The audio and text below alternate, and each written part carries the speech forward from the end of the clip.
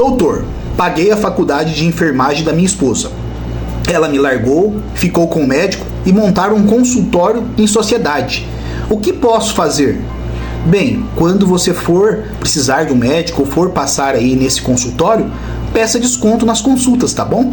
Fanny, namorada fez proposta pra eu ajudar na faculdade de medicina e depois ela me ajuda. O que você acha? Esperta ela, boba ela não tem nada. Agora acaba você não ser trouxa, né, meu filho? A proposta ela fez. Sai fora, não existe isso não. Ela vai fazer, ela vai formar e vai meter o pé na sua bunda, simplesmente. Dá uma olhada nessa matéria aqui. Marido garçom ajudou a mulher a formar com dinheiro de gorjeta. Eles casados, não era nem namorada, casados. Com um propósito de uma vida melhor. Sabe o que aconteceu? Ela formou e achou que ele não estava à altura mais dela.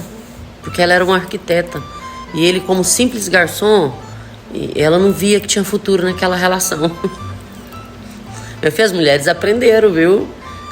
Tem que aprender também, viu? Você está precisando de um curso. Eu vou te contar. Que tá tendo de trouxa, meu Deus.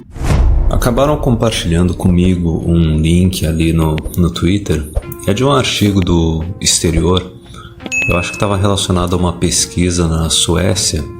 Daquelas pesquisas que dizem por que quando uma mulher é promovida, as chances de rolar um divórcio ou de rolar uma separação de um casal, assim, se estiverem só namorando, aumenta tanto, e por que é a mulher que toma a iniciativa de terminar um relacionamento. Isso daí pro pessoal da Manosphere já tá ciente disso há muito tempo. É só nos últimos 5 anos que tá pipocando mais notícias a respeito pros normes, né, nesses sites de notícias genéricos. O engraçado é que ainda assim esses artigos muito dificilmente eles são traduzidos para aparecer aqui no Brasil, né? Geralmente a pessoa tem que saber um outro idioma e pegar de um site do exterior. Mas vamos lá, de uma forma bem simples, por que geralmente quando uma mulher é promovida, ela aumenta o salário dela, ela termina um relacionamento? Cara, isso é muito óbvio, é por causa do seguinte: a mulher, ela geralmente, eu acho até que teve uma pesquisa que saiu no Reino Unido que dizia que só 6% das mulheres juntam dinheiro para a velhice delas. Só 6% delas estão juntando dinheiro e investindo para quando chegar na velhice não depender só da previdência lá. Enfim, com isso tu já tem uma boa visão de como que elas se comportam financeiramente. A mulher, ela praticamente todo o dinheiro que ela recebe, ela torra. Ela gasta tudo, é tudo para consumo. Por isso que é até engraçado, porque podem falar assim, mas elas não pagam imposto de renda porque elas não têm salários tão altos quanto os homens.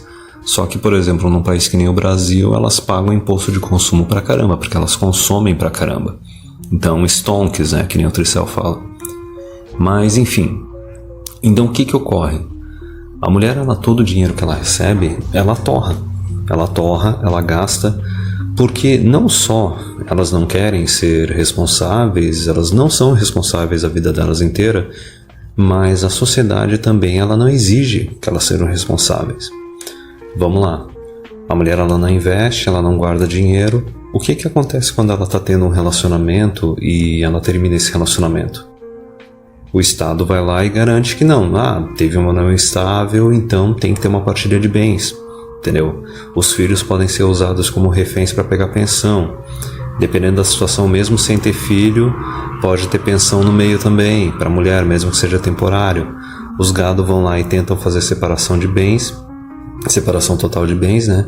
E daí os caras mudam a lei e dizem não, a separação total de bens, assim, dependendo do juiz, pode ser invalidada, certo? E até mesmo nos casos assim que a mulher, ela encalha totalmente, ela não tem filhos, não se casa, não tem uma união estável, se ela chegar no final da vida dela sozinha, o Estado também não vai deixar ela passar necessidade. Tem aquele benefício de prestação continuada, tem o INSS, que elas abocanham uma fatia bem maior disso tudo.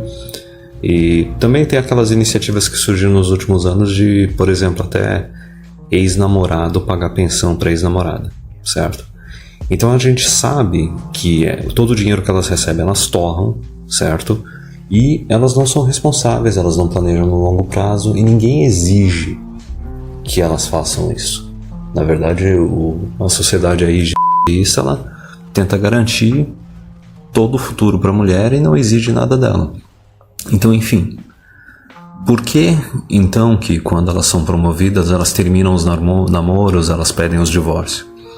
Por causa do seguinte, a gente já sabe que todo relacionamento elas vão tentar, quando é um relacionamento sério, de longo prazo, elas vão tentar buscar um cara que esteja acima delas, que tenha mais recursos do que elas.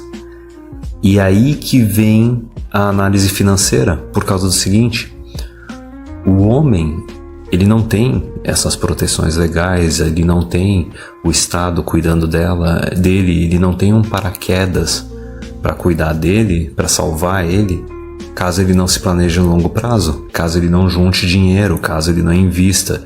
Se o cara se ferrar financeiramente, vai virar morador de rua e foda-se, acabou, certo? Então o que acontece quando tu tem lá um casal, seja de namorados, marido e mulher, ou só uns namorados já em situação de união estável? O que acontece com o homem financeiramente? A mulher, ela tá com ele porque ele tem um salário mais alto, porque ele tá num nível acima dela. Provavelmente o apartamento é dele, ou ele que paga o financiamento sozinho. O carro é só ele que arca com os custos do carro. Então, assim, o homem, do salário dele, que é mais alto que o da mulher, ele tá investindo, ele tá juntando e ele tá pagando um monte de coisa que não só ele usufrui, a mulher também usufrui. É por isso que até tem um vídeo bem antigo do Paul Proteus, no qual fizeram uma análise que assim, tem um casal que o homem tem um salário de 40 mil, a mulher tem um salário de 20 mil, mas no final do ano, assim, a mulher tá tendo um estilo de vida de 30, 35 mil. Por quê? Porque ela tá pegando recursos do cara, ela tá se beneficiando de coisas que ele tem.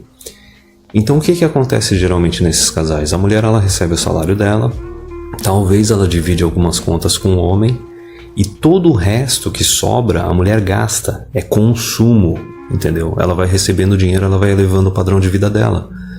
Como o homem tem que juntar dinheiro, investir e bancar um monte de coisa que não só ele usa, mas a mulher também usa, o dinheiro que sobra para o homem só para torrar, para consumo, para viagem, passeio, besteira, só consumismo mesmo, é equivalente ao dinheiro que a mulher separa para isso. Certo? Então vamos lá, vamos fazer basicamente uma simulação. Digamos que tem um cara que tem um salário de 5 mil, uma mulher que tem um salário de 3 mil, eles são um casal, certo? Beleza, a mulher, ela tá recebendo os 30 mil dela, pagando as contas, torrando todo o resto, só em consumo. O homem tá recebendo os 5 mil dele, tá pagando as partes da conta dele, tá torrando o resto para acompanhar a mulher no nível de consumo dela, que daria, digamos ali, uns 3 mil, que é equivalente ao salário dela, ainda sobra 2 mil. Esses 2 mil o cara tá juntando para investimento, para aposentadoria, para pagar um financiamento, para pagar um carro, entendeu? Então veja bem, o que acontece, por exemplo, se essa mulher for promovida e chegar no mesmo salário que esse homem? O casal, que era o homem 5 mil, a mulher 3 mil, vai se tornar um casal, o homem 5 mil, a mulher 5 mil. É simples. A mulher, ela vai querer elevar o padrão de vida dela, o padrão de consumo de vida dela, sem manutenção de bens, sem aquisição de bens, sem investimento, sem planejamento nenhum, para o nível de 5 mil. Resumindo, digamos que ela pagasse 1.000 das contas da casa, os outros 1.000 só para consumo, agora ela vai querer pagar 1.000 para casa, só que vai querer trocar a mobília numa dessas da casa, vai querer mudar para um lugar mais luxuoso. E os outros 2.000 que era antes, que agora é, digamos, uns 4.000, ela vai querer torrar igual. E o homem, não importa se é marido, se é namorado, ela vai exigir que ele separe a mesma quantia que ela, se for, por exemplo, um casal que divide as contas de passeio, viagem, etc. Ela vai exigir que ele, agora, gaste o mesmo nível de consumo que ela, entendeu? Digamos, tudo bem, que nem eu fiz na simulação aqui, ele estaria direcionando uns 2.000 para investimentos e alguns bens e não sei o que. Agora ela vai exigir que não, que esses 2.000 ele tem que torrar também, porque ela está querendo torrar. Ela está olhando Instagram, está olhando sitezinho de viagem, pensando, não, eu quero viajar para tal lugar, agora eu quero frequentar tais locais que são mais caros. Entendeu? Se viajava uma vez por ano, agora quer viajar 2 vezes por ano. Entendeu? Agora o olhinho cresceu, já quer uma mobília melhor dentro de casa, já quer um carro melhor dentro de casa. E daí tem 2 situações, né? Tem 2 escolhas para o homem. O homem ele pode se matar de trabalhar e torrar dinheiro e correr atrás de promoção, virar bem o tipo do virtuosinha que a gente conhece. Ou o cara pode dizer, não tem como eu gastar essa grana, não vou mudar o meu planejamento, se tu quiser continuar comigo, é desse jeito, senão não. E daí o que a mulher faz? Ela vai lá e se divorcia. Ela vai lá e termina o relacionamento. É simples assim, entendeu? Pode até analisar a parte assim, por exemplo, da hipergamia, que digamos assim, antes ela viu o cara como alguém que estava acima dela, em status, em salário, e agora vê de igual para igual. Mas ainda assim, quando é de igual para igual, ainda dá para tocar de algum outro jeito, entendeu? Dá para fazer alguma outra coisa. Mas eu acho que se tu pega e tu faz uma análise bem mais materialista, bem mais financeira mesmo, tu consegue chegar nas conclusões da mesma forma, e de uma forma bem mais direta e bem mais explícita do que simplesmente falar não, é hipergamia, não sei o que, agora ela tá no mesmo nível que o homem, porque daí fica um negócio muito subjetivo, não fica tão tangível. Mas eu acho que pelo menos é essa análise dessa simulação que a gente pode ver claramente. Eu acho que se tu for fazer uma pesquisa daquelas que analisa os padrões de consumo masculinos e femininos, tu consegue ver essa diferença, que elas são mais consumistas. Se for relacionar com algumas notícias que falam de previdência, etc., a gente sabe que elas também não investem em previdência privada.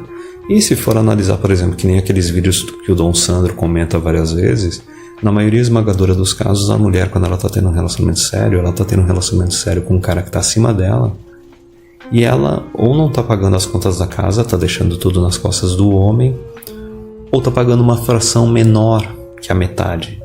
Que a gente já sabe, aquela situação, o homem está pagando 80%, ela 20%, ou o homem 70%, ela 30%, porque a mulherada, elas tentam sempre extrair um benefício. Especialmente quando está querendo um relacionamento sério com um beta, correto? Então, no final das contas, é isso. A mulher, ela está tendo um estilo de vida sempre consumista, né? Graças ao Instagram, que pegou e acelerou isso mais ainda do que o próprio Facebook tinha acelerado antes. E ela vai querer simplesmente elevar o nível de consumo dela, entendeu? Se o cara não acompanhar, se o cara não aceitar a pressão que ela vai começar a fazer agora para ele, fazer mais dinheiro ainda, ela vai simplesmente abandonar ele. E nem sempre vai conseguir arranjar um outro branch, né, um outro galho para pular com um cara melhor, entendeu? Digamos, se ela subir para um salário de 5 mil, agora vai querer um cara que tenha salário de 7 mil, 8 mil. Nem sempre consegue, porque muitas vezes o cara que está nesse nível, ele já está de olho em umas novinhas, ou não quer algo sério, ou até mesmo sei lá quantos anos essa mulher passou numa empresa para ser promovida, entendeu? Chega naquela situação da quarentona, que está cheia da grana, e acha que por causa disso merece um homem melhor. Mas enfim, não é só aquela coisa, né? A hipergamia não explica tudo. Não, explica, mas eu acho que é interessante a gente pegar e falar de números.